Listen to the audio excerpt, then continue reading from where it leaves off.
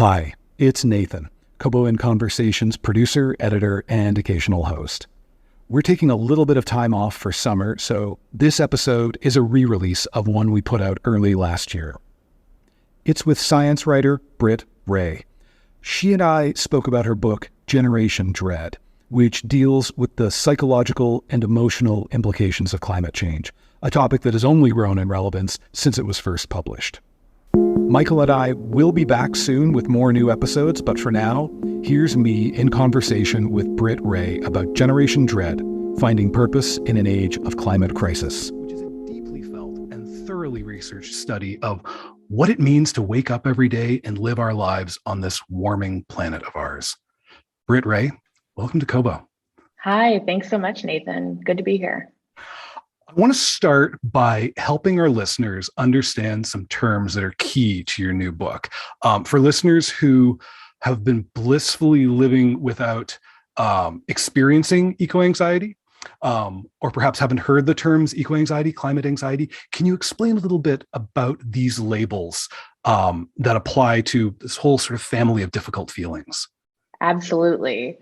So climate anxiety and ecological anxiety, very closely related terms, are used to describe the distress on an emotional level that a person can feel when confronting the severity of the climate predicament that we're faced with and wider planetary health crisis in terms of biodiversity crisis, land transformation, water scarcity, vector-borne diseases becoming more dangerous, you name it, as a result of the human project overriding the planet's capacity to sustain our way of life writ large.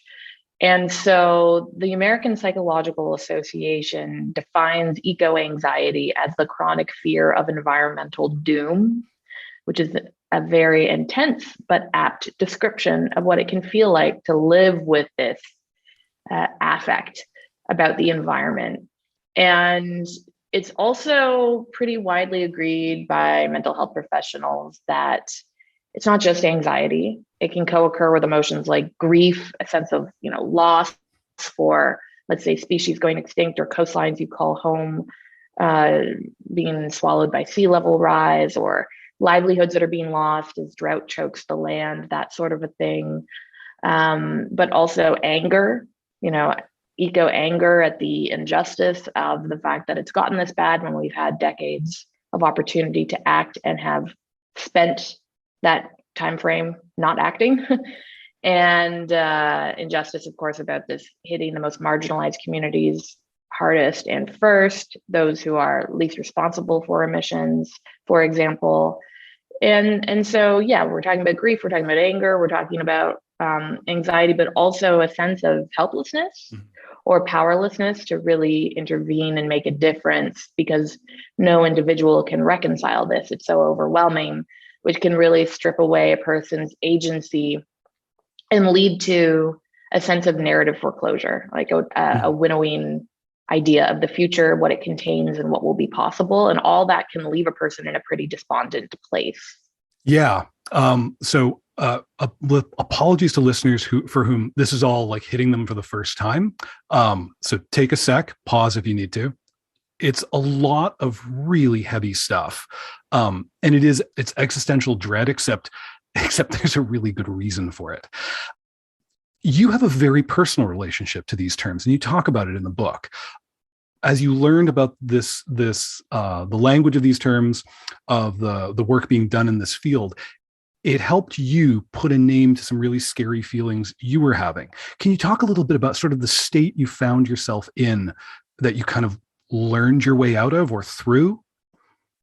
Yeah. Several years ago, my eco-anxiety became apparent to me in a more acute way than I'd ever had before. I mean, I have a background in biology, studied conservation.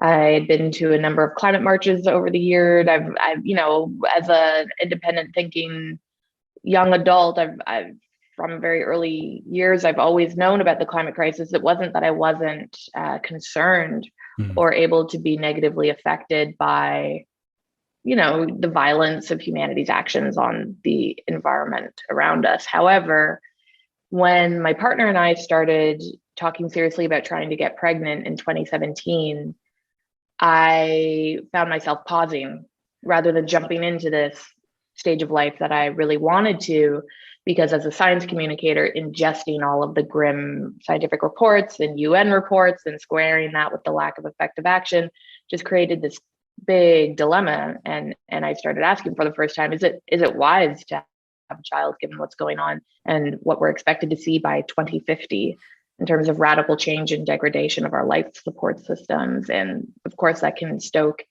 violence and conflict within human groups. And so I was wondering, is it not only wise, is it compassionate to the child, And that made me confront a lot of anxiety about what might happen, anger about the idea that, there are some people out there now, me being one of them, feeling like maybe it's our duty to prevent suffering by paying the cost of not getting to know our own children. And, ecological grief was really bubbling up. And I found myself overwhelmed by the feelings and really taken by them. I mean, it really created this whole filter by which I was seeing the world.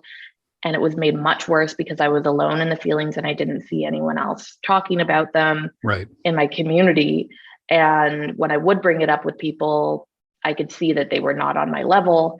And then I thought, okay, maybe there's something wrong with me. Maybe this is deranged. Maybe this is overprivileged hand wringing and catastrophic thinking. But then I would check the data again and be like, no, the science is telling us it's really bad. And then I thought, okay, well, I need to do something to cope better with this because I've kind of changed overnight. Now, it's kind of overflowing in my thoughts and coming out in my conversations consistently. And I'm becoming quite the drag to hang around because I'm always talking about really, dark future scenarios. And I started to do the research for this book and found very quickly that I was not alone. And there was a really active underground conversation of people my age and younger saying, hey, we are connecting family planning to the climate crisis. Many people saying, we're refusing to reproduce until governments make it safe for us to do so. There were activist movements created around this kind of personal as political mantra, such as birth strike and no future, no children.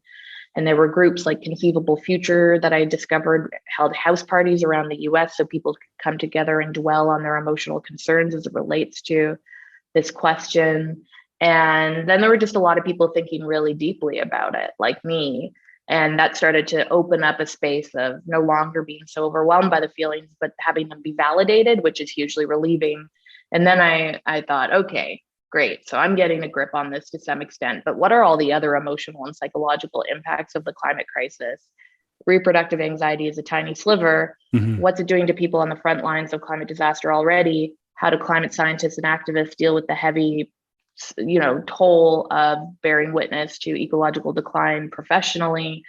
What does eco grief and eco anxiety mean to diverse communities that have long lived with different forms of existential threat?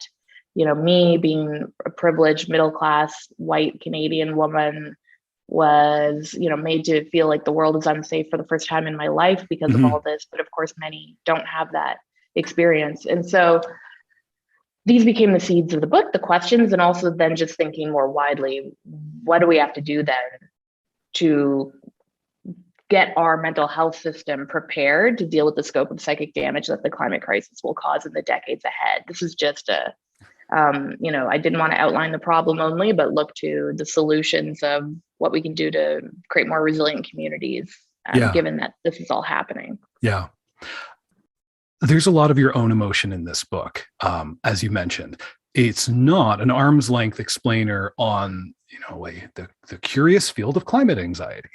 You're writing this book, and rather than turning away from the feelings that you were having, and putting all of your energy into, I think, quote unquote, what some might call real work of solving the crisis, you do what feels like a counterintuitive thing, and you turn and face these feelings straight on as observable phenomena, and it's really kind of the heart of the book. Everything kind of comes out of that. Was there a point where you thought maybe your science card might get revoked? It's definitely risky writing with memoir-esque approaches as a scientist that include your own subjectivity and emotional vulnerability, it's a big no-no. Mm-hmm. Scientists are trained and taught to be objective and working from empirical data that is reproducible in terms of the findings they're talking about, and to extract any kind of emotion as irrational artifactual noise. And this is a very unfortunate binary that I wanted to antagonize because of the subject matter, but also because it's hurting the ability for us to make gains on climate and environmental action at field-wide scale. And why I say this is, for example, in the book, I interview a former lead author of the Intergovernmental Panel on Climate Change report, the big IPCC UN report that comes out, who said for her entire career, she's consistently had to face politicians and staffers, key decision makers who rinse judgment on scientists who become advocates, on scientists who at all take a stand on the implications of their findings about ecological decline to then make a political argument. Because those key decision makers will always say, well, we know so-and-so is biased and on the side of climate change disaster, and therefore we can't take them seriously. And they will just totally disregard what they have to say. Now, I understand why this scientist I interviewed would then approach her work through a very careful lens of never, ever, ever letting off a whiff of emotion, because that's the easiest way to never seem like an advocate, to not have energetically charged terms that are emotional in nature about what ought to be done, so that they will take her work seriously and maybe eventually it will affect policy. But when we have so many decades of not moving the needle at collective scale, we are disregarding the core truth that if we want to be rational, we need to also rationalize the fact that people make decisions based on emotion. We all do it all the time. And it is a falsity to imagine that we're not interpreting data through our own biases and values, and working with moral clarity and purpose that comes from an inner interrogation of emotional information. Emotions are ways of integrating data.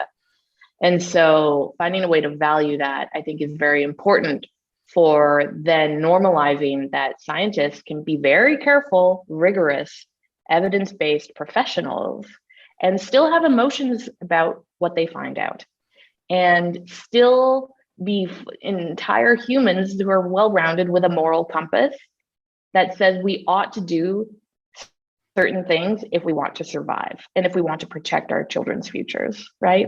So I use my own vulnerability with my emotions in the book to try and model what I hope others will do so that we can normalize the incorporation of emotions in work that no doubt people have emotions about, and that we have research on that many scientists try to emotionally suppress the vicarious trauma and difficulty that comes with doing climate and environmental work, and that it can backfire when you try to push emotions underground and they're difficult and disturbing. It can lead to poor health outcomes, affect your sleep, mood, behavior, cause depression.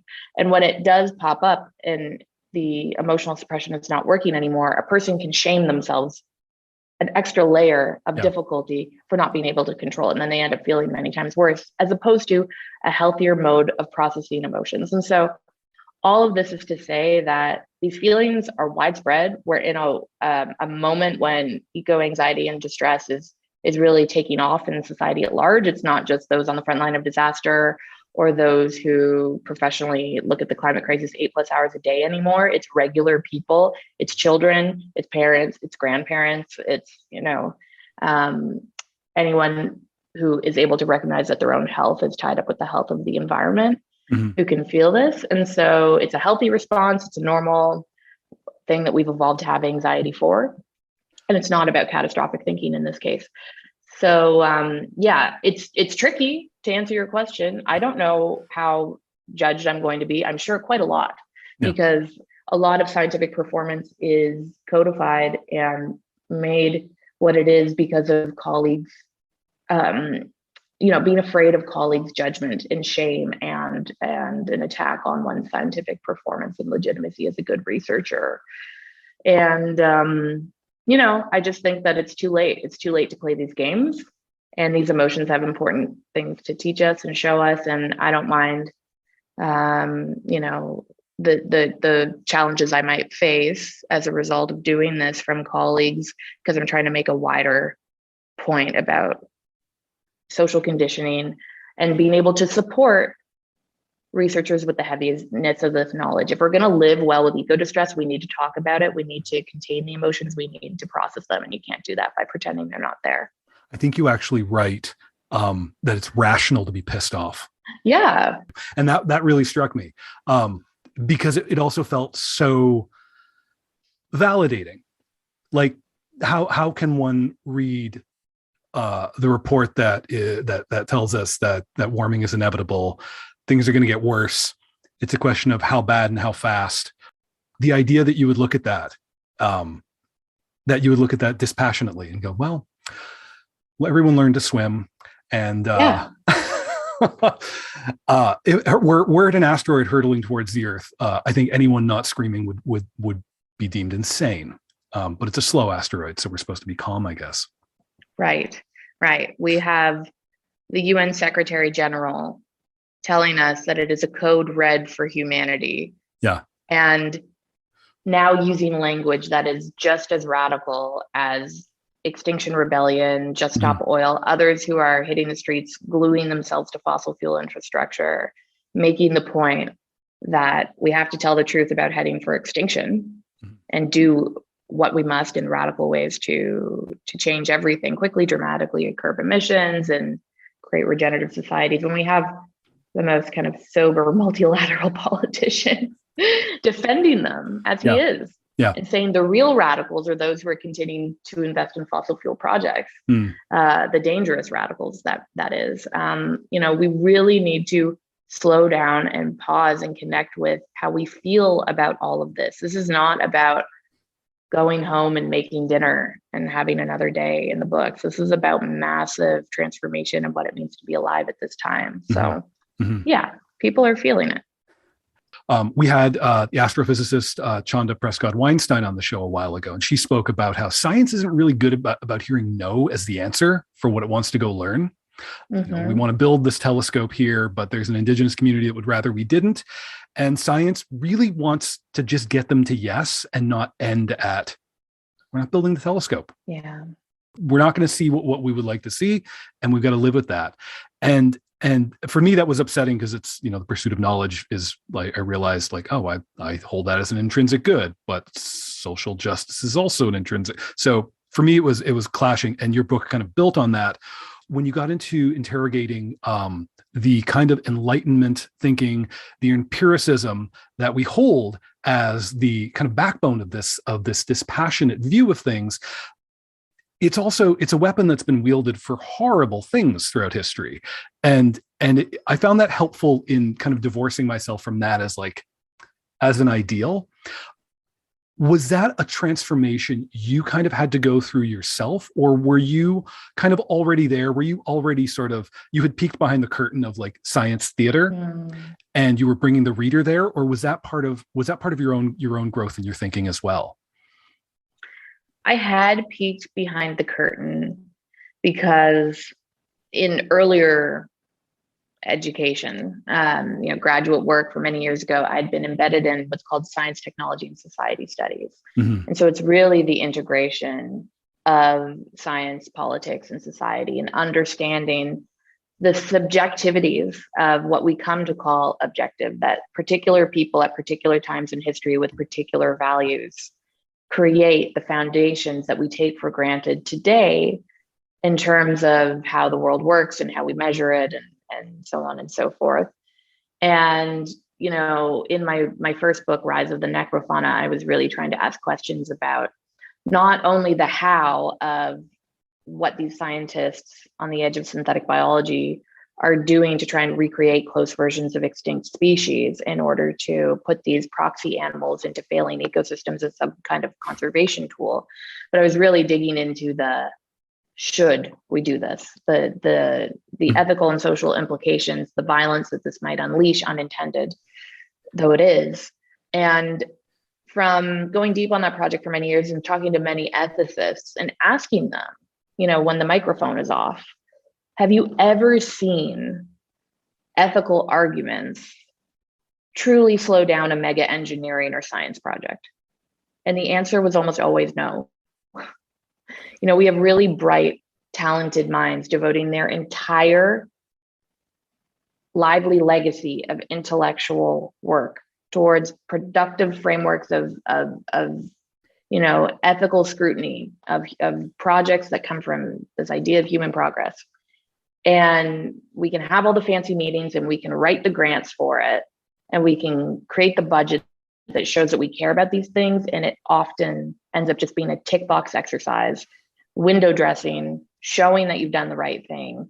At the end of the day, you're still doing what you wanted to from the first place if you're, the capital S scientist on the grant or on the project. And it really is more about performance often than it is about practical amendment and transformation. And that is what you're talking about, and this trade-off between social justice and science and what it wants to know, and the power and the capital and the potential for translation into, companies and applications and things like that. It's just so powerful, and it marries so well with the larger system of what we're measuring, which is GDP and growth, rather than like human and environmental well-being. That science wins at the end of the day because it gets tied up with those interests. So yeah, I'd been absorbing these, and I kind of see it everywhere I look, and it became also fruitful to this project. But here I was what was new for me was trying to understand, okay, I can link the climate crisis to the Industrial Revolution, to extractivism, to logics of colonialism and indigenous genocide and imperialism, and like understanding how they work together. But how did we even arrive at this place where the people in charge have this dominating view of human exceptionalism all over all other kinds of life, and also within the human race, certain kinds of humans dominating over others? And it was that interrogation of, okay, where this dominating mindset might come from, looking at many cultures that don't have that dominating mindset, and then what we could do to think about shifting to partnership, which is what we know we require in order to live healthily, given the pressures we're up against with the climate and water eco crisis. That some of the questions you're asking me now about led me to some new thinking that I hadn't done before. You referred to your earlier book and the work you did on researching de-extinction, that from a reader's point of view, it seems like between the two books, you shift from being the kind of science writer who is showing a thing that there may not be an audience for. You may or may not be interested in this. You should be interested in it because all these things. Look at this. This book is not about, hey, this is interesting. This book, it fits into a place where few science books fit, which is, hey, you're completely panicked or worried or distraught over a thing. Let me help you put some structure around that and find your way through it. It's not a self-help book, but it performs an emotional function like that. Yeah. And how conscious were you of that? Or was Rise of the Necrofauna that as well, but maybe not so directly? No, your instinct is correct. So Rise of the Necrofauna, I think, sitting back now and looking at the fact that I spent many years with both subjects, looking at de-extinction was highly emblematic of the way that I engaged with the ecological crisis. I cared. I worked on it. I thought about it. I wanted to know what those leading a variety of fields that touch on it are doing. And then through a very intellectual frame, I analyzed it in that book, this quizzical, strange approach to new conservation biology tools that have to do with basically Jurassic Park and recreating extinct species. Entertaining and troubling. Great. But there was not an emotionally profound reckoning that came with it. And then what happened with the second book, with Generation Dread, is that I had a total breakdown in my psychological defenses around the ecological crisis. It could no longer be contained as this intellectual aspect of my life, and it became profoundly emotional and psychologically disruptive. And so that was a total 180 reframe. Troubled me, but really fascinated me. It's like, okay, I've now ended up in a totally different neighborhood around the ecological crisis.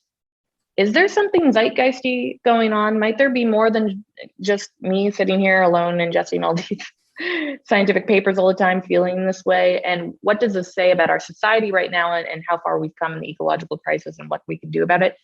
So I think that's why the tone is so completely different, because it was really authentic to my own emotional rupturing around the topic. And I was really hungry. Like, someone please throw me a freaking bone here. Show me what to do with these emotions, because they're pretty overwhelming. And I could not find many forms of assistance. And so I thought, okay, well, hey, I'll write the book that I wish I had. I'll try to imagine that there are going to be other people out there who feel like me, especially around this childbearing dilemma, which I didn't see in any book form at all. Maybe I can, I'll have to expose myself, and that's going to be uncomfortable and cringy, but I'll do it only to serve the wider conversation around mental health and the climate crisis, and bring in other people's stories and research. And that's why it does feel self-helpy, is because I guess it is kind of self-helpy. I helped myself in order to hopefully help some others with it. But it rides that line between also being, a nonfiction account of an burgeoning field around climate and mental health, and then this memoir stuff. But yeah, I mean, the book has key takeaways in it that's pretty self-helpy. I wanted to ask you about the key takeaways, because I actually felt it was helpful in nailing down what I could learn. Because as I said off the top, the depth of your research is profound here. There's a lot. You've synthesized a tremendous amount of scholarship, activism. You're working in history where we need it. There's a lot happening, and I found the key takeaways, first of all, surprising, because it's so seldom that the author does you the favor of saying, "Now listen, you've been reading for an hour." In this case, I was listening to the audiobook, so you literally were just telling me what I needed to take away. And I wanted to ask, how did you envision this book living in the world? Like, who did you imagine as your audience? Right. Now as it hits the world, and in the future as it lives, and I think takes its place among, important touchstones of how we understand the climate crisis. Right. Well, first and foremost, the imagined reader was an eco-distressed person. They didn't have to be only a young person, as many people think, because of the title Generation Dread, assuming that it's for Gen Z. I can understand that assumption, but it's actually for anyone who, as I mentioned, recognizes their health is tied up with the health of the environment and are now being emotionally affected by that because the environment is not doing so great. And it was about extending a kind of bridge to them, and some compassion and validation and ideas about how to work with those emotions.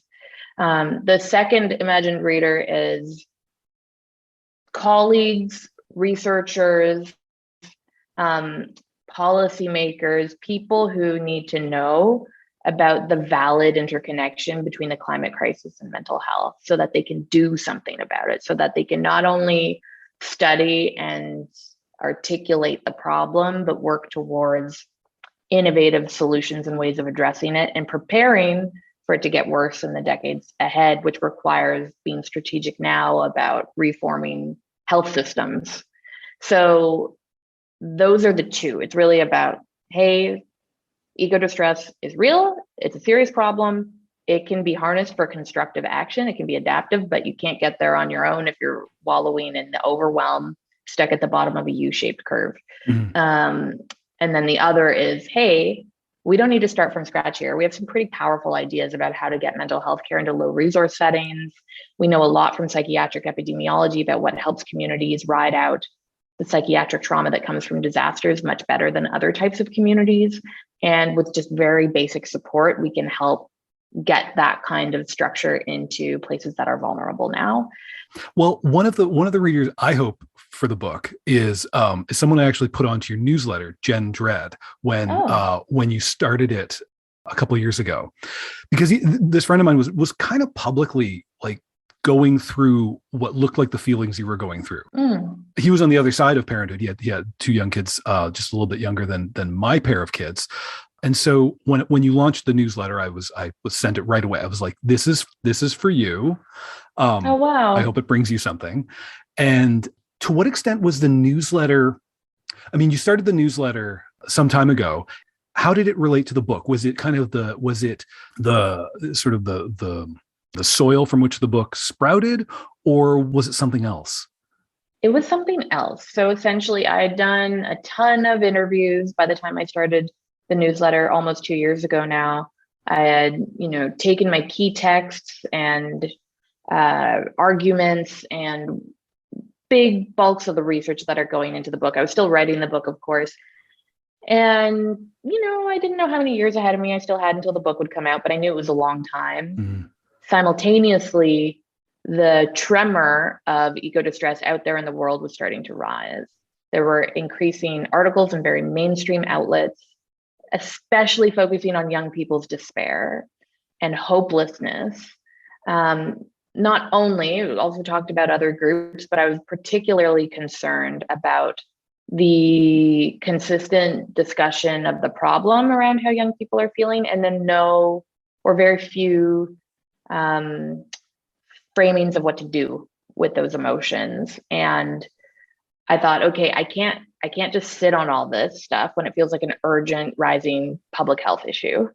And although I don't have answers and I can't take away people's pain, and I'm not a clinician and I'm not allowed to give advice like a therapist, maybe I can start sharing some of the insights I'm gaining from my research in a way that will be soothing and validate other people's distress from, this vibe of kinship and see what can come from that. And so I started the newsletter just to be able to address the conversation, start building a community around this, and test the waters, and also see like, how is this landing with other people? Is this a thing? I mean, I know it's a thing, but what does this mean for being able to hear from people directly and not just read about it in the news, right? And see what folks are grappling with, how it's showing up in their life and what they're hungry for. And it has been a very amazing experience. The people who are part of the newsletter are deeply engaged with these questions and emotions, and really, teaching me a lot of things, but they also sometimes do fill my inbox with their nightmares. And I sometimes have young people who are suicidal because of their climate anxiety writing me, and it can be very distressing, but an important reminder of how much this work is needed. I don't mean my work, I mean the world of climate and mental health, and what we can do to advance it. And so it's a great motivator and it brings meaning. But yeah, thank you for sharing that with your friend.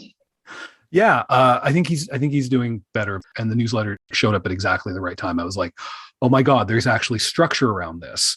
It's not just an amorphous ball of feelings that we're going to have to swallow because there's nothing we can do. Right. But in fact, there's a discipline around this, and it will it'll get us to a place where we can actually be productive and do something useful instead of just being full of fear. Yeah. I want to now shift to ask you just a little bit about the rise of the necrofauna. Because as I noted, it's a book I read when it came out. That book is it's very much the kind of book, as you described it earlier, that when people say I like reading books about science, that's the kind of book that they have either read or they need to read. And I wanted to ask you, as thinking about the life of a science communicator, especially one like you who has covered so many things. I listened to the BBC podcast as well, Tomorrow's World. Oh my gosh! Wow, cool. I listen to a lot of podcasts. This is sounding like, is this guy Britt Wray super fan? I just listen to a lot of stuff. Okay, like just let's all calm down. Yeah. Calm down. Okay. a science writer often has to skip from one thing to another. You're communicating not from necessarily one specialized field, but sometimes you're having to communicate to a lay person from a variety of different fields. And I want to ask you, how deep are you still in the developments in the different technologies that go into de-extinction? Not very much. Not very much. I have made a big gear shift. I was, academically focused on synthetic biology, and I was consulting in a private synthetic biology company for years. And, the book, of course, all of that is relating to a different neighborhood of science than the one I'm in now, because Generation Dread, my meaning focused coping got me to change not only my writing, but my academic research to do this mental health stuff now. And, I'm certainly intrigued, and I will read the articles that come out on it when they cross my desk, but I'm not doing the kind of close work of a science communicator in that space at all anymore. There's just not enough time. Yeah. Is Rise of the Necrofauna the kind of book that you would have read when you were a kid? Yeah, I would have read that in high school. Yeah. I think that's the kind of thing, just as my spark of curiosity around science and the awe that it can bring, that kind of inspiring aspect of scientific endeavor, which is so great for young people, to imagine seeing themselves as a scientific person. I think that would be the kind of book that would bring me in, especially because it's not just technical, but focusing on those larger human questions of ethics and societal implications. But when I was younger, I didn't really get into the science thing full-fledged until I left home and was in university. When I was a child reader, I remember being, for example, really taken with the book Memoirs of a Geisha. Well, Oprah can't be wrong, can she? Yeah, exactly. I think that came out when I was 11 or something. And my brother, who's a lot older than me, married a Japanese woman. We got to go to Japan and go to Kyoto and go to where the old ancient geisha neighborhood is. And that, the pairing of those two things then just lit my mind on fire. That's the kind of reader I was. If you could transport me to a place, I don't mean to physically travel there, but just the books I was drawn to were about magical realms or, lands that were not the quotidian experience I was having. You looked for immersion. Yeah. I looked for immersion. I remember being obsessed with, when I was really young, Roald Dahl's The Witches. Oh, yeah. Stuff like that. Yeah. Yeah. So it wasn't clear that I was going to be a science communicator. That's for sure. Right. You didn't have a pile of books, Stephen Jay Gould or Stephen Hawking. I'm realizing now how many popular science writers are named Steve. But I know that wasn't your thing. That's not where you're at. It became so when I got to university, and my professors impressed exactly all these Stevens upon me, and I loved it. But I would say that was a bit more of a mature reading it, because by then I was 18 and out of the house and doing different things. Yeah. When you're not reading emails from newsletter readers, when you're not reading journals about at the frontier of climate aware psychology and therapy, and all that other stuff you have to do as an academic and researcher, what do you read for fun? Well, as one of these kind of people who overcommits herself to lots of projects, I find that I have to read a lot of stuff, even for fun, that relates to my topics, if you know what I mean. So, but it's not that it's not fun. Yeah. So, for example, if I'm reading Elizabeth Colbert's Under the White Sky or The Sixth Extinction, it's both for fun and it informs my work. Bill McKibben's Falter, any Naomi Klein book, even Rebecca Solnit books, of which there are many. Those kinds of authors I find I would be reading even if I was still doing synthetic biology, and it kind of informs my approach to dealing with science and society and human questions. I mean, books that I've really enjoyed in the last couple of years, apart from those, like rereading Rebecca Skloot's The Immortal Life of Henrietta Lacks. I think it's such a masterpiece in science communication and storytelling. Or like Nathaniel Rich's Losing Earth. I don't know if you read that one, or Jonathan Safran Foer's We Are the Weather. These are all things that are double dipping as workbooks. Yeah. But I would bring to the beach anyway. As a person who's worked as a bookseller all his life and now finds himself doing things like hosting this podcast, I relate pretty strongly to if we're gonna have a guest, I'm gonna have to read their book. So I'd better already be interested in it. Right. As you're having conversations about Generation Dread, as you're having conversations like this, or you're introducing yourself, and you're explaining this area that you work in, do people confess to you? Is that the life you now find yourself living, where as you talk to people, you have to hear about their eco sins? Yes. More so their eco feelings than their sins, thankfully, because it would be really, I think, tiring if people were kind of lamenting their use of plastic straws and feeling guilty about recycling habits when that stuff is really not impactful compared to the collective action form. Yeah. I do hear a lot about the fear and sorrow. People I don't know maybe they figure out what I do and then will feel comfortable. And again, this is because I've shared my own story in a vulnerable way, and then they will immediately share theirs, which wasn't something I'd calculated. I don't mind, honestly. I think it's amazing to be able to connect with people you don't know about something deep and meaningful to them, even if it's painful. But, like a woman in my office building the other day saw the little write-up for a book talk that I'm giving. And then she told me about the day out of the blue when, due to wildfires choking the sky in San Francisco, the sky had turned that Blade Runner orange.